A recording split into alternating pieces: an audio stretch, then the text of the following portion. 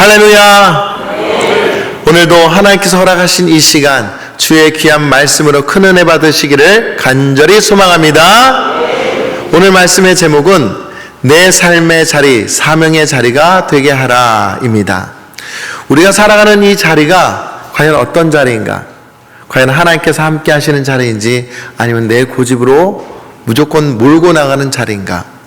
한번 오늘 말씀을 통해서 여러분의 자리가 어떤 자리인지 분명히 발견하고, 또 주님의 뜻 안에서 여러분들이 다시금 새로운 하나님의 영광으로 나가는 은혜의 시간 되기를 간절히 소망합니다. 미국의 심리학자 빅터 클랭클은 이런 말을 남겼습니다. 인간은 배고픔이나 추위보다 자기의 삶에 아무런 의미가 없다고 느낄 때 더 빨리 무너진다.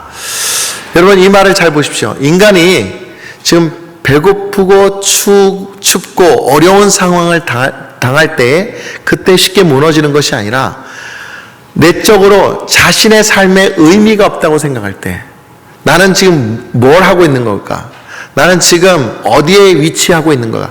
그 정체성을 깨닫지 못한다면 더 빨리 무너진다라는 것입니다. 그래서 은퇴하신 분들이 빨리 좀 이렇게 연세를 많이 드시거나 아니면은 연약해지는 이유가 바로 거기에 있습니다.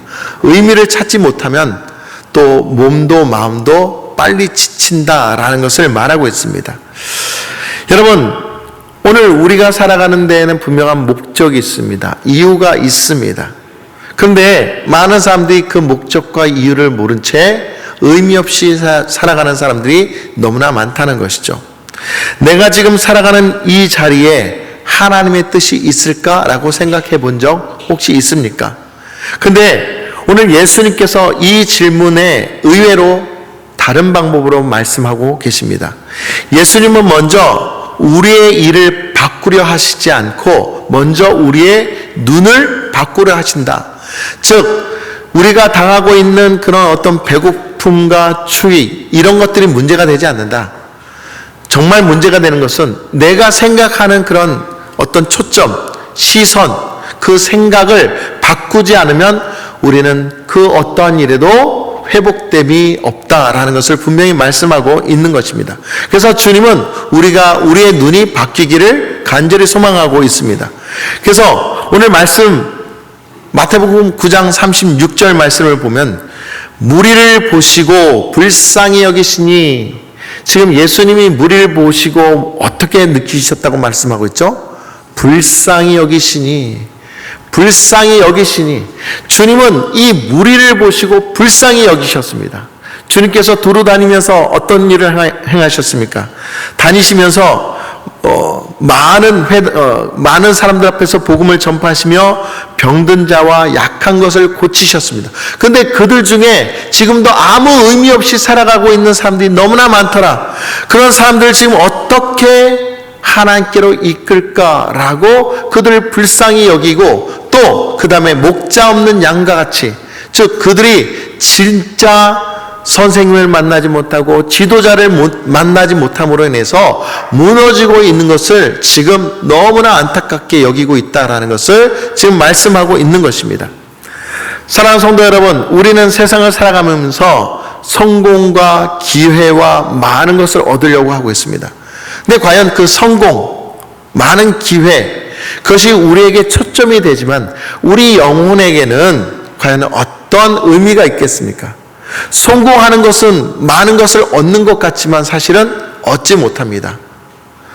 많은 기회가 주어졌지만 그 기회를 우리가 어떻게 그 기회를 가질 것인가, 아무리 노력해도 사실은 의미 없이 그 기회를 맞이할 때는 사실은 많은 것을 잃어버릴 수 있다라는 것이죠. 우리의 직장도, 가정도, 일상도 분명 우리의 시선과 눈이 달라지지 않는다면 결코 우리는 주님의 나라와 주님의 뜻을 발견할 수 없다는 것을 분명히 기억해야 합니다. 그래서 오늘 말씀을 통해서 하나님은 우리의 눈을 열어주기를 원합니다. 그리고 우리의 일상 속에 하나님의 뜻이 무엇인가를 분명히 발견할 수 있어야 됩니다. 그러려면 우리는 어떻게 살아가야 됩니까? 첫 번째로 우리 함께 따라하겠습니다. 나의 일상이 부르심의 자리임을 깨달아야 합니다. 나의 일상이 부르심의 여러분, 예수님의 눈으로 세상을 바라보기 시작하면 가장 먼저 달라지는 것이 무엇인지 아십니까? 내가 서 있는 자리가 달라진다는 것입니다. 지금 여러분들 어디에 서 있습니까? 무엇을 하고 있습니까? 여러분들이 하고 있는 그 자리에서 영적인 하나님의 뜻을 발견하고 있습니까? 여러분, 지금까지 살면서 먹고 살기 위해 살았고 또 많은 것을 얻기 위해 살았지만 이제는 주님의 거룩한 백성이라면 달라져야 한다는 것입니다. 반복되는 일상 속에서 하나님의 뜻이 무엇인지를 분명히 깨달을 수 있어야 한다는 것이죠. 즉 하나님의 부르심이 무엇인지를 깨닫는 백성에게는 하나님의 놀라운 축복이 일어난다는 것이죠. 예수님은 제자들에게 성전을 지키라고 하지 않으셨습니다. 다시 갈릴리로 떠나 새로운 곳으로 가라고 하시지도 않았습니다. 지금 있는 그 자리, 지금 걷고 있는 그 자리, 만나고 있는 그 자리에서 먼저 누구를 추수할지, 누구를 이끌지에 대해서 기도하고 또 준비하라고 말씀하고 있습니다. 여러분, 우리는 흔히 전도해야지 이렇게 하면은 뭔가 좀 많이 공부하고 뭔가 많은 그런 어떤 영적인 덕양을 쌓은 다음에 전도할 거라고 생각을 합니다. 그러나 주님은 우리에게 그렇게 말씀하시지 않는다는 거죠. 바로 있는 그 자리에서 주님의 능력과 그 은혜를 힘입어 하나님의 말씀을 증거하길 원하고 있다는 것입니다. 내가 갖추지 못해도, 내가 아무것도 있지 않는다 할지라도 나의 생각과 나의 뜻이 하나님께로 온전히 올려드린다면 내 입술을 통해서 놀라운 축복의 은혜의 말씀이 흘러나올 수밖에 없다라고 말씀하는 것이죠. 18세기의 영국은 노예 무역으로 인해서 나라 경제가 큰 어떤 산업으로 자리를 잡고 있었습니다. 근데 그게 안타깝게도 나라를 먹여 살리는 것이 노예 무역이었다는 것입니다. 깨어있는 많은 사람들이 그 노예 무역을 없애기 위해서 얼마나 갖은 노력을 했는지 모릅니다. 그 대표적인 사람으로 윌리엄 월퍼포스입니다. 그 사람은 정치인으로 국회의원으로서 이 노예 무역을 없애기 위해서 얼마나 많은 노력을 했는지 모릅니다. 또한 이 월퍼포스 혼자만 만든 것이 아니라 그의 친구 토마스 클락스는 전국을 돌아다니면서 노예선의 참혹한 현실을 사람들에게 알렸습니다. 평범한 시민들은 거리에 서명운동을 벌였고 또 가정주부들은 노예가 희생해서 만든 설탕을 사지 않겠다 불매운동을 벌이기 시작했습니다. 정치인은 정치인의 자리에서, 학자는 학자의 자리에서, 시민은 시민의 자리에서, 가정주부는 그 가정의 자리에서 함께 힘쓰며 기도하면서 그 노예 제도가 폐지되기를 간절히 소망했습니다. 결국 1807년도에 영국은 노예 무역 폐지법을 통과시켰습니다.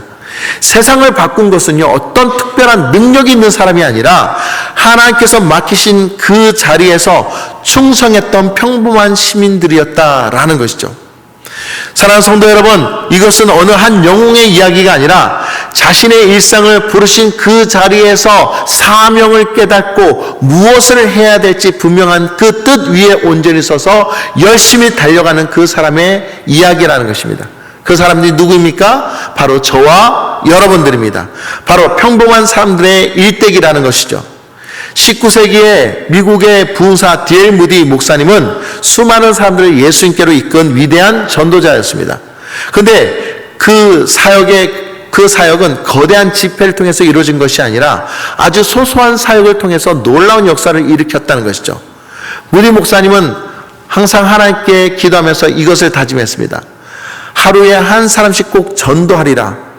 반드시 그 한 사람을 위해서 전도의 길을 열게 하겠다. 그렇게 다짐했습니다.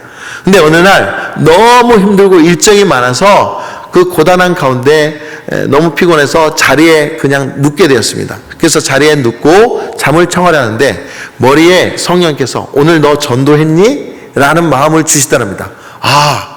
내가 오늘 전도하지 못했군요. 그리고 다시 그 자리를 박차고 일어나서 옷을 입고 그 야밤에 거리를 나갔습니다. 그 거리에 처음 만난 사람이 누구냐면 술 취한 그런 주전뱅이였습니다. 그 술 취한 사람을 만났을 때 그가 먼저 뭘 얘기했냐면 선생님 예수님을 아십니까? 라고 전했습니다. 그랬더니 그 사람이 막 성질을 내면서 어디 나한테 예수 따위를 증거해! 라고 하면서 큰 화를 내더랍니다. 무디는 더 이상 말을 잇지 못하고 그 사람을 피해서 조용히 집으로 돌아갔다고 합니다. 그리고 그날 밤 하나님께 기도하면서 하나님, 저의 전도는 오늘 완전히 실패했군요. 죄송합니다.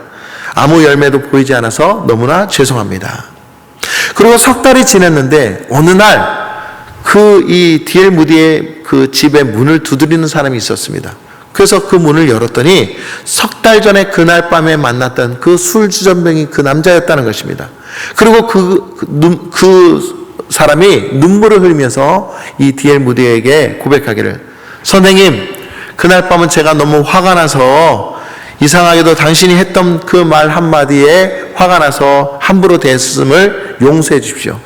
선생님이 했던 예수님을 아십니까? 라는 말이 제 머릿속을 떠나지 않았습니다. 제 심장 속에 계속 뛰었습니다. 그래서 지금 석 달을 고생하다가 이제야 내가 예수님을 믿겠노라 하고 당신께로 왔습니다. 사랑하는 성도 여러분, 무디는 그날 밤 분명히 실패했다라고 생각했습니다. 그런데 무디는 씨를 뿌렸지만 그 씨의 열매를 맺으신 분은 분명 하나님이셨다는 것입니다. 우리는 그 씨를 뿌리면서 아무것도 열매를 얻은 것이 없다 할지는 모르지만 하나님은 반드시 역사를 일으키고 또 열심히 그 사람을 붙들어서 열매를 맺게 하신다. 결국 그들이 돌아오게 하신다라는 것입니다. 여러분, 우리 자녀가 아무리 이야기를 해도 예수님께로 돌아오지 않는다고 생각하시는 분들 많을 겁니다. 또 우리 이웃이 아무리 전도해도 그들이 예수를 믿지 않을 거라고 오히려 우리가 함부로 판단할 때가 얼마나 많은지 모릅니다. 하지만 하나님께서는 오늘 우리에게 말씀하신 것은, 분명한 의미와 뜻을 주신 것은 그들을 구원할 자는 바로 우리이며 우리의 어떤 특별함이 아니라 우리가 살고 있는 이 공간에서, 이 자리에서 하나님을 향한 그 열정으로 말미암아 그들에게 따뜻한 사랑과 따뜻한 복음의 말씀 그 한마디를 전하는 것이 하나님의 귀한 뜻임을 알고 선포하는 것이다 라는 것입니다. 사랑하는 성도 여러분, 오늘 우리가 있는 그 자리에 하나님께서 위대한 사명자, 선교의 사명을 띠게 하신 줄 분명히 믿으시기를 간절히 소망합니다. 시편 126편 5절 6절 말씀을 보시면은, 눈물을 흘리며 씨를 뿌리는 자는 기쁨으로 거두리로다. 울며 씨를 뿌리러 나가는 자는 반드시 기쁨으로 그 곡식단을 가지고 돌아오리로다 라고 말하고 있습니다. 눈물을 흘리며 울며 씨를 뿌린다. 지금 결과를 볼 수 없지만 하나님, 제가 제 마음이 무너지고 힘들지라도 하나님이 맡기신 사명이라면 끝까지 이 열정을 다해 모든 것을 불사르며 행하겠습니다. 그 사람이 받지 않을 것 같아도, 그 사람이 나를 거부하는 것 같아도 그에게 끝까지 복음을 증거하겠다는 그 사명을 가지고 복음을 전한다면 하나님이 역사하신다는 놀라운 그 사실입니다. 사랑하는 성도 여러분, 무디가 그날 밤 자신을 실패자라고 여겼지만 하나님은 그 속에서 역사하셨고 그의 후회를 오히려 기쁨으로 바꿨고 그의 모든 한탄을 하나님의 능력으로 말미암아 놀라운 열매를 맺게 하신 줄 믿으시길 간절히 소망합니다.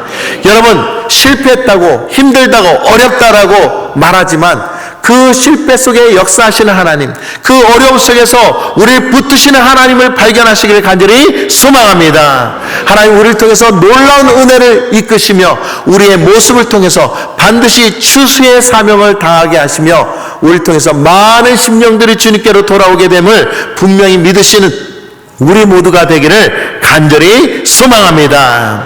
여러분, 그러므로 여러분이 계신 그 자리, 일터, 여러분이 모인 그 공동체가 하나님이 우리에게 주신 최고의 선교지임을 분명히 믿으시기를 간절히 소망합니다. 두 번째로, 연약함을 넘어 담대히 서야 됩니다. 우리 따라 합시다. 연약함을 넘어 담대히 서야 합니다. 여러분, 예수님이 12 제자들을 전도의 현장으로 보내실 때 그들 충분히 훈련시키고 보내지 않으셨습니다. 마태복음 10장 9절 10절 말씀을 보면 너희 전대에 금이나 은이나 동을 가지지 말고 여행을 위하여 배낭이나 두벌 옷이나 신이나 지팡이를 가지지 말라. 이는 일꾼이 자기의 먹을 것 받는 것이 마땅함이라. 여러분, 하나님의 일을 하는 데는 많은 것들을 가지고 많은 능력을 가지고 행할 것이라고 생각하지 말라라고 말합니다.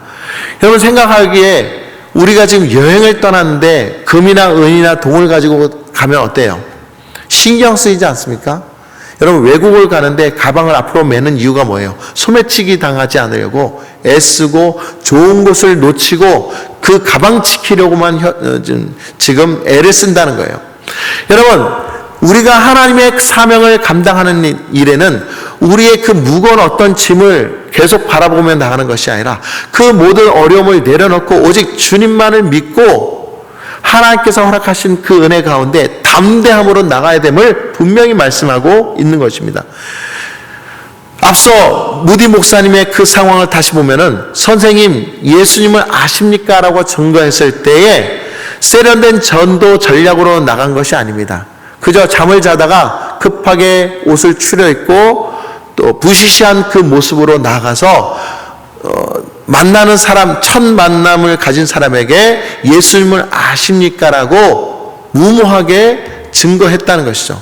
그러니까 그 사람이 막 화를 내므로써 나는 오늘 실패했구나, 나는 오늘 전도 실패했구나 라고 느낄 수밖에 없었습니다. 그러나 자신의 능력과 의지를 의지했을 때는 아무것도 이룬 것이 없다라고 느껴질지 모릅니다. 하지만 우리는 믿음 가운데 담대함으로 서야 됩니다.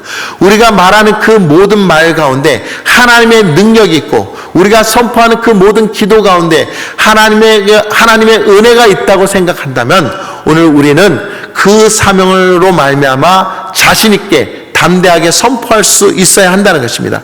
앤드류 머레이 목사님이 말하기를 우리가 스스로 부족하다고 느끼는 바로 그 순간이야말로 하나님의 능력이 가장 선명하게 나타나는 자리이다. 여러분, 무엇을 준비하고 있습니까? 어떤 위치에 오르려고만 생각하지 말고 지금 나는 하나님께 준비된 백성이니 이제 나를 사용하여 주시옵소서. 내가 주님의 뜻에 따라서 온전히 증거하겠습니다. 여러분, 만나는 사람으로 하여금 복음을 증거하는데 어떤 유창한 그런 말이 필요한 것이 아니라 있는 그대로 그분과 함께 대화를 나누면서 내 삶을 통해서 그분께 예수님을 보여줄 수 있어야 되고 그들과의 그 언어 속에서도 예수님의 마음을 비출 수 있어야 한다는 것입니다. 주님, 저는 부족하지만 그럼에도 불구하고 있는 이 자리에서 예수님의 말씀을 온전히 증거하겠습니다. 그럴 때에 믿음으로 나갈 때에 하나님은 놀라운 역사를 일으키신다는 거죠. 사랑하는 성도 여러분, 믿음의 삶을 사십시오. 담대함으로 나가십시오. 여러분들이 매일 사는 삶이 의미 없는 생활이 아니라 하나님의 능력이 나타나는 시간이는 것을 분명히 깨닫고 하나님께서 주신 그 마음을 가지고 있는 모습 그대로 하나님의 복음을 증거하시기를 간절히 소망합니다. 저도 설교하거나 전도할 때에 많은 것을 준비합니다. 그런데 이 자리에 올라서면은 사실 많은 것을 준비해도 다 증거하지 못해요. 왜냐하면 오히려 그걸 읽는 동시에 버벅거리고 또 어떠한 그 중요한 말의 의미도 제대로 전달하지 못할 때가 많습니다. 근데 이 시간에 담대함을 하나님께 맡깁니다. 그리고 제 입술을 통해서 하나님이 주신 그 은혜의 말씀을 선포할 때에 놀라운 성령의 능력으로 여러분들을 변화시키고 또한 하나님께서 당신의 나라를 바라보게 하시며 뿐만 아니라 우리 성가대에서 부르는 그 찬양의 그 한마디의 가사에 의해서도 우리가 하나님의 나라를 바라보는 놀라운 능력이 나타나게 되더라라는 것입니다. 할렐루야! 그러므로 우리는 날마다 주님께서 허락하신 이 자리에서 복음으로 말미암아 담대히 일어설 수 있어야 한다는 것입니다. 하나님은요, 강한 사람을 쓰는 것이 아니라 하나님을 의지하는 준비된 사람을 쓰시는 줄 분명히 믿으시기를 간절히 소망합니다. 한 집사님이 남들이 부러워할 만큼 큰 대기업에 취직을 했어요. 얼마나 부러워했던지 자신감 있게 그 회사를 다녔는데 어느 날 불의의 일로 인해서 그 회사에서 잘리게 됐습니다. 그리고 그보다 못한 중소기업에 이직하게 되었는데 그 집사님이 늘 하나님께 불만을 가졌습니다. 하나님 왜 저를 그 좋은 자리에서 이렇게 아무것도 아닌 자리로 옮기셨습니까? 너무한 것 아닙니까? 그 새로운 중소기업 직장은 거친 말이 오고 가고 스트레스가 넘치는 그런 정말 험악한 곳이었습니다. 처음에는 하루하루 버티는 것조차 너무나 힘이 들었습니다. 그러다 어느 날 주일 목사님이 말씀하시는 그 말씀을 듣고 그의 시선과 그의 마음을 바꾸지 않으면 모든 환경이 변화되지 않는다는 그 사실을 알고 기도하기 시작했습니다. 하나님, 제 힘으로는 할 수 없지만 제가 하나님을 의지하여서 이 회사를 바꾸게 하시고 우리의 가정을 바꾸게 하여 주시옵소서. 그런 기도한 이후에 이 집사님이 직장에 출근할 때 매일 30분 일찍 출근해서 그 회사에서 기도하기 시작했고, 아직 출근하지 않았지만 그 빈자리를 바라보면서 하나님 이 영혼이 예수 믿게 해주시옵소서. 이 영혼의 삶이 늘 하나님의 은혜 가운데서 형통하게 해주시옵소서. 뿐만 아니라 이 자리에 있는 사람의 아픔이 하나님 속히 해결되게 해달라고 늘 기도하면서 그들이 오면은 커피를 준비하고 힘들어하는 그 동료에게 찾아가서 힘들지? 내가 당신을 위해서 기도합니다 라는 그런 말을 아끼지 않았다고 합니다. 눈에 띄는 변화는 없었습니다. 그런데 얼마 후 그 사무실 분위기가 달라지기 시작했습니다. 이 사람의 말을 통해서 험악한 말들이 줄어들기 시작했고 또 분위기가 완전히 달라졌는데 어느 날 후배가 찾아와서 이 집사님에게 말을 하더랍니다. 선배님, 이상하게 선배님 옆에 오면은 마음이 편안해지는 것 같아요. 선배님, 질문 하나 할게요. 왜 선배님이 다니는 교회에 저에게 그 교회를 다니라고 말씀하시지 않으세요? 제가 선배님을 바라보았는데 선배님은 늘 기도하는 모습이 너무 아름답습니다. 그리고 너무 부럽습니다. 저도 선배님처럼 신앙을 갖고 싶습니다. 저도 그 교회에 다니게 해주세요. 결국 그 분을 이끌어서 전도하였고 그분도 예수님을 만나는 놀라운 은혜의 축복이 이어지게 되었다고 합니다.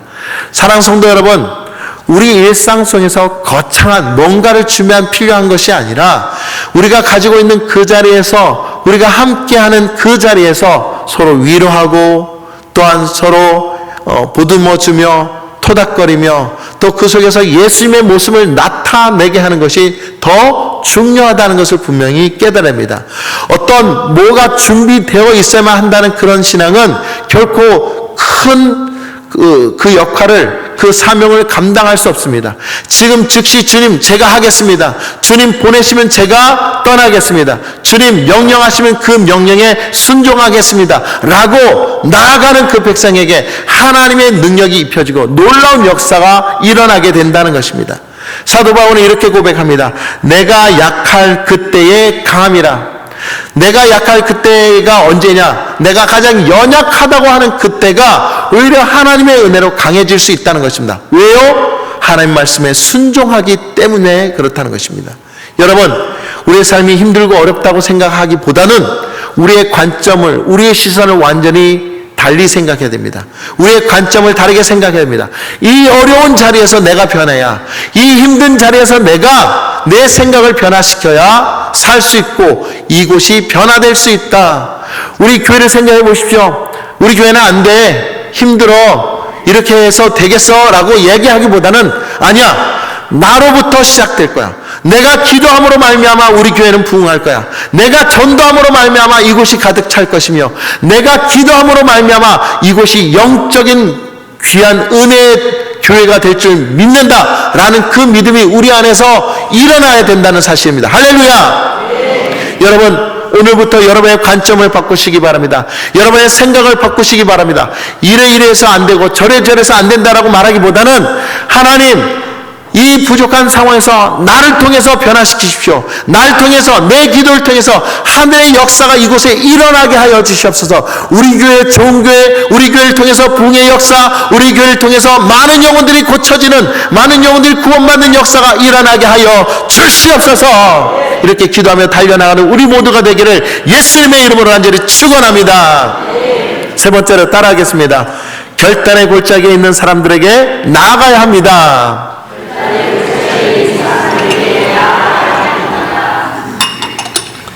여기서 결단의 골짜기란 기로에 서 있는 사람을 말합니다. 이리로 갈까 저리로 갈까 결단하지 못한 사람을 말하죠. 그 결단한 자리에 있는 사람에게 가서 우리는 무엇을 해야 되냐? 알아서 해가 아니에요. 진짜 그 사람을 예수님의 사랑으로 보듬고 위로하며 하나님께서 뜻하신 길이 어디인지를 알려줄 수 있어야 돼요. 우리는 그런 전령자가 되어야 됩니다.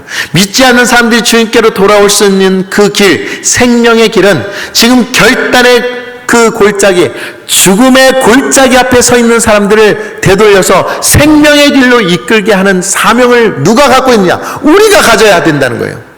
마태복음 9장 38절 말씀에 그러므로 추수하는 주인에게 청하여 추수할 일꾼들을 보내주소서 하라 하시니라.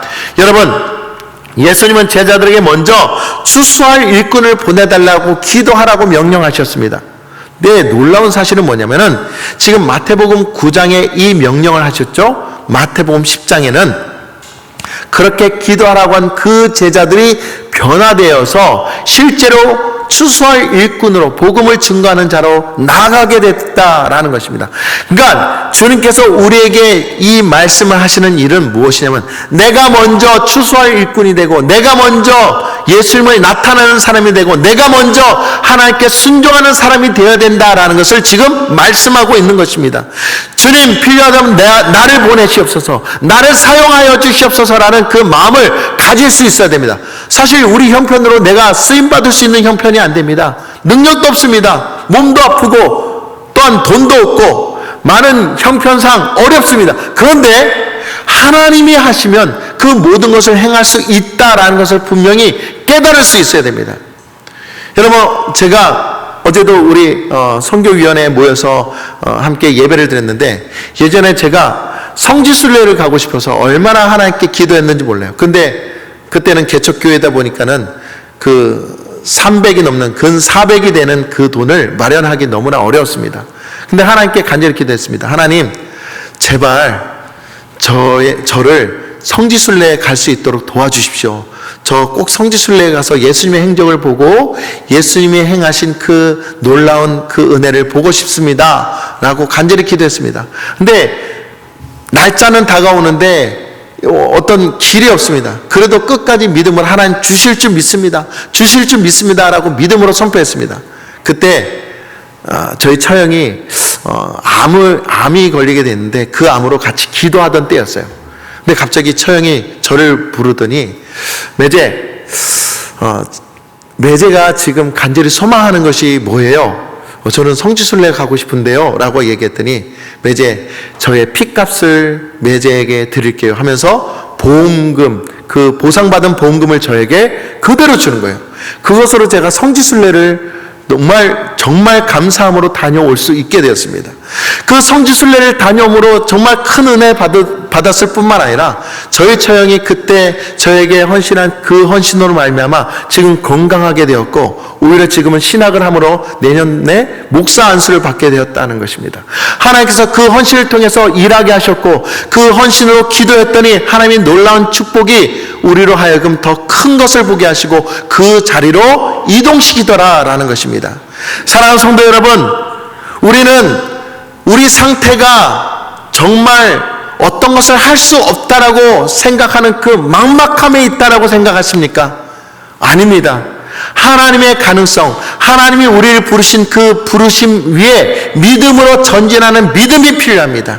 사랑하는 성도 여러분, 지금 우리 주변에 죽어가는 심령들이 얼마나 많은지 모릅니다. 그 심령들을 구원하기 위해서는 다른 것 없습니다. 바로 믿음으로 선포하고 그들에게 있는 그 자리에서 복음을 증거하여서 그들의 영혼을 살려내는 것이 하나님이 우리에게 맡기신 사명이다라는 것이죠. 여러분, 전도하면 다른 사람이 하는 것으로 생각하십니까? 부흥이라면은 나는 가만히 있는데 알아서 목사님이 부흥시키고 또한 전도사님이나 아니면 다른 부목사님들이 그리고 권사님들이 장로님이 부흥시키는 것이라고 생각하십니까? 아닙니다. 여러분 스스로가 예수님의 모습이 되어서 예수님의 능력으로 말미암아 선포하며 믿음으로 나갈 때 여러분을 통해서 놀라운 역사, 부흥의 역사, 구원의 역사가 일어나는 줄 분명히 믿으시기를 간절히 소망합니다. 어떤 한 젊은 목사님이요, 누구보다 열심히 신앙생활을 하는데 그가 선교사로 나가기로 작정했습니다. 그래서 열심히 준비를 하고 있는데 교통사고를 당하고 말았습니다. 그리고 그 교통사고를 통해서 한쪽 다리를 잃게 되었어요. 얼마나 힘들고 슬프고 어려운지 많은 사람들이 와서 위로를 하는데 위로가 되지 않아요. 근데 어떤 목사님이 와서 이 말씀 한 구절을 알려줬습니다. 로마서 8장 28절 말씀. 우리가 알거니와 하나님을 사랑하는 자 곧 그의 뜻대로 부르심을 입은 자들에게는 모든 것이 협력하여 선을 이루느니라. 근데 이 말을 잘 보십시오. 내가 지금 이렇게 다리를 잃게 된 것이 하나님의 부르신 뜻인데 이 어려운 상황을 통해서 합력하여 하나님께서 선을 이루시겠다고 하는데 도저히 이해가 되지 않습니다. 하나님 왜 멀쩡하게 사용하시지? 왜 다리를 없애갖고 이렇게 하십니까? 불평했어요. 그러나 그가 곧 하나님께 회개하면서 하나님 그럼에도 불구하고 제가 선교사가 되기를 원합니다. 그리고 의족을 차고 아프리카로 선교를 떠나게 됐습니다. 근데 그 아프리카로 아주 가장 위험한 지역에 들어가게 됐는데 마치 예전에 그 부족이 식인종이었다라는 그 부족에 들어가게 됐어요. 아니나 다를까 그 부족의 사람들이 이 선교사를 붙들고 죽이려고 했습니다. 하나님 어떻게 하면 되겠습니까? 하나님 저를 살려주시고 이 중요한 시간에 저에게 지혜를 주십시오. 그 부족 한 사람이 창을 들고 찌르려고 하는데 이 선교사가 자기의 의족을 딱 뚝 떼어가지고 그 사람 앞에 던져버렸습니다. 그랬더니 거기에 있는 부족 사람이 놀란 거예요. 아니 어떤 사람에게 이 다리를 순식간에 잘라서 자기한테 주는 거지? 그 다리를 창으로 한번 찔러보았더니 창이 튕겨져 나가는 거예요. 오 이상하다. 그리고 칼을 뽑아서 칼을 찍었더니 칼도 튕겨져 나갑니다. 그때부터 이 부족 사람들이 두려워하기 시작했어요. 아, 이 사람은 신이다. 이 사람은 지금 보통 사람이 아니다. 함부로 했다가는 우리가 죽겠다 하면서 모두 일제히 그 부족 사람들이 이 선교사에게 무릎을 꿇기 시작했다는 것입니다. 여러분, 결국에 그가 살아날 수 있었고 그의 헌신을 통해서 그 부족이 예수님을 믿고 구원받는 놀라운 역사가 일어나게 되었습니다. 그가 나중에 고백합니다. 하나님, 이 말씀의 뜻을 이제야 알겠습니다. 그의 뜻대로 부르심을 입은 자에게는 모든 것이 협력하여 선을 이루느니라. 제 다리가 비록 잃어버렸지만 잃어버린 다리로 인해서 이 부족에게 복음을 증거할 수 있는 기회를 주셨군요. 하나님 감사합니다. 더욱더 주님의 뜻에 순종하겠습니다. 이렇게 고백했다는 것입니다. 사랑하는 성도 여러분, 지금 어렵습니까? 힘듭니까? 나는 전도를 못하겠다. 나는 어떠한 사명도 감당하지 못하겠다라고 생각하시는 분들 없으십니까? 여러분, 그 생각을 바꾸시기 바랍니다. 이 결단의 골짜기에 서 있는 우리는 하나님을 향한 믿음으로 선포하며 나가야 되지 쉽게 흔들려버리고 무너져서는 안 되는 것입니다. 하나님 오늘도 우리를 통해서 당신의 능력을 나타내길 원하고 우리를 기도를 통해서 하나님의 뜻이 선포되길 원하십니다. 뿐만 아니라 우리의 이 믿음의 선포를 통해서 죽어가는 생명이 돌아오고 또한 문제 있는 그 모든 사람들이 다시 문제가 해결되는 놀라운 역사를 일으키시는 줄 분명히 믿으시기를 간절히 소망합니다. 여러분의 그 마음속에 있는 위기, 어려움, 그것을 이제 하나님께 믿음으로 바꾸십시오. 나는 이제 끝났어. 나는 이제 죽을 것 같아가 아니라 이 어려움을 통해서 하나님 역사하실 거야. 이 힘듦을 통해서 하나님 놀라운 일을 일으키게 하실 거야. 이런 믿음으로 전진해 나가는 우리 모두가 되기를 예수님의 이름으로 간절히 축원합니다. 이제 말씀을 마칠까 합니다. 사랑하는 성도 여러분, 우리는 원래 스스로 길을 찾을 수 없는 그런 사람들입니다. 그러나 그 길 가운데 주님은 우리에게 분명한 약속을 주십니다. 요한복음 12장 24절 내가 진실로 진실로 너에게 이르노니 한 알에 밀이 땅에 떨어져 죽지 아니하면 한 알 그대로 있고 죽으면 많은 열매를 맺느니. 우리가 죽으면 우리의 뜻대로 사는 것이 아니라 하나님 뜻 가운데 우리가 죽으면 많은 열매를 맺을 수 있게 하신다라고 분명히 말씀하고 있습니다. 여러분, 오늘 우리가 마주하고 있는 일터 많은 사람들, 그 사람이 바로 우리가 전도할 대상자입니다. 누가 싫고 누가 믿고 이런 마음으로 늘 꿍하고 경계하는 마음으로 살면 사실은 그 어떠한 일도 쉽게 일어날 수 없습니다. 하지만 하나님은 오늘 우리를 통해서 하늘의 전령사를 세우셨고 우리를 통해서 놀라운 일을 행하신다고 분명히 말씀하고 있습니다.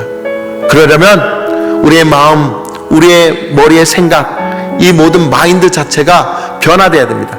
하나님의 뜻을 품고 이제 바뀐 삶을 살아야 됩니다. 어떻게 살겠습니까?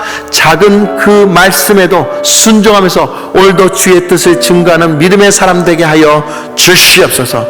하나님의 부르심에 기꺼이 응답하며 오늘 내가 있는 이 자리에서 믿음으로 나아가는 하나님의 백성 되게 하시고 구원을 위해서 전도하는, 그대의 생명을 구원하는 하나님의 은혜의 도구가 되게 하여 주시옵소서. 이렇게 기도하는 우리 모두가 되시기를 예수님의 이름으로 간절히 축원합니다.